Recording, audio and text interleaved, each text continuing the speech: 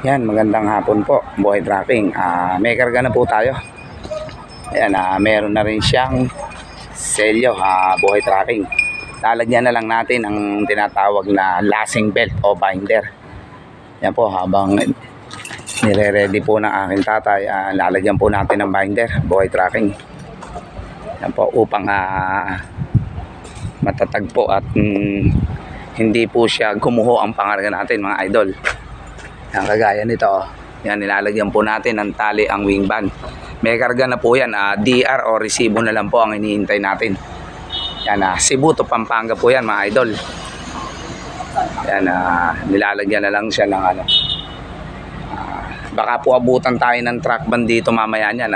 Baka mamayang gabi na rin makalabas, mga idol. Pero bukas pa naman po ang alis nito.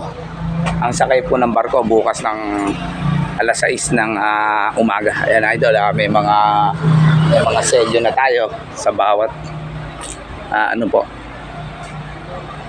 May mga selyo na po yan. Yan, pinipreparean po natin ng yan, may mga seal po yan na galing po sa sa IPI. Yan, lalagyan na lang po natin ng po, double pa po ang selyo, Buhay Tracking. Lalagyan po natin ng tali o yung lashing belt. Yan, ganyan po ang ginagawa, Buhay Tracking, kapag po may karga na, para masigurado po ang hindi po siya 3 hanggang 4 na tali po ang gagawin dyan, mga idol. Yan, para hindi po siya matibagang karga o bumuka yung wing band, mga idol, kaya tinatalian po yan.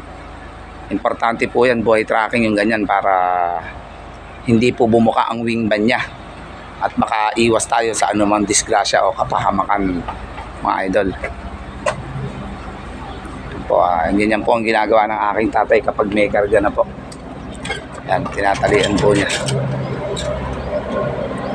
Mga 3 o hanggang 4 na tali po ang gagawin natin dyan, Buhay Tracking. Ito po.